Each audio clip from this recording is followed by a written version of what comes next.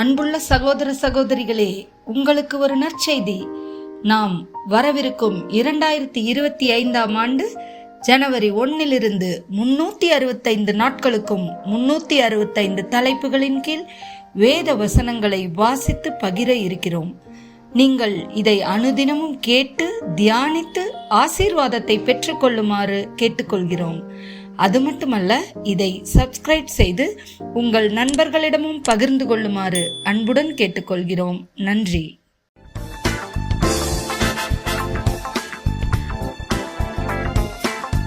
இன்று நாள் 102. தலைப்பு கல்வி. நீதிமொழிகள் 1:7. கர்த்தருக்கு பயப்படுதலே ஞானத்தின் ஆரம்பம். மூடர் ஞானத்தையும் போதகத்தையும் அசட்டை பண்ணுகிறார்கள். நீதிமொழிகள் 4:7. ஞானமே முக்கியம். ஞானத்தை சம்பாதி. எண்ணத்தை சம்பாதித்தாலும் புத்தியை சம்பாதித்துக்கொள். 2 தீமோத்தேயு 3:16-17.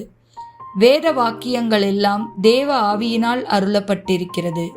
தேவனுடைய மனுஷன் தேறினவனாகவும் எந்த நற்கிரியையும் செய்ய தகுதியுள்ளவனாகவும் இருக்கும்படிக்கு அவைகள் உபதேசத்துக்கும் கடிந்து கொள்ளுதலுக்கும் சீர்திருத்தலுக்கும் நீதியை படிப்பித்தலுக்கும் பிரயோஜனமுள்ளவைகளாய் இருக்கிறது. நீதிமொழிகள் 22:6. பிள்ளையானவன் நடக்க வேண்டிய வழியிலே அவனை நடத்து, அவன் முதிர் வயதிலும் அதை விடாதிருப்பான். எபிரேயர் 5:12-14 வரை.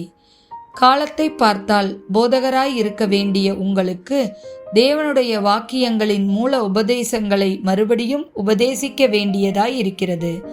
நீங்கள் பலமான ஆகாரத்தை அல்ல, பாலை உண்ணத்தக்கவர்களானீர்கள். பால் உண்கிறவன் குழந்தையாய் இருக்கிறபடியினாலே நீதியின் வசனத்தில் பழக்கமில்லாதவனாய் இருக்கிறான்.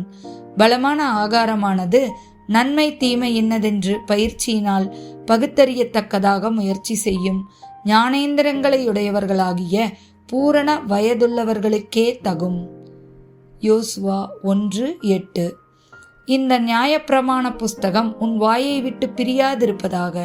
இதில் எழுதியிருக்கிறவர்களின் படியெல்லாம் நீ செய்ய கவனமாயிருக்கும்படி இரவும் பகலும் அதை தியானித்து கொண்டிருப்பாயாக. அப்பொழுது நீ உன் வழியை வாய்க்க பண்ணுவாய். அப்பொழுது புத்திமானாகவும் நடந்து கொள்வாய். ஆமேன்.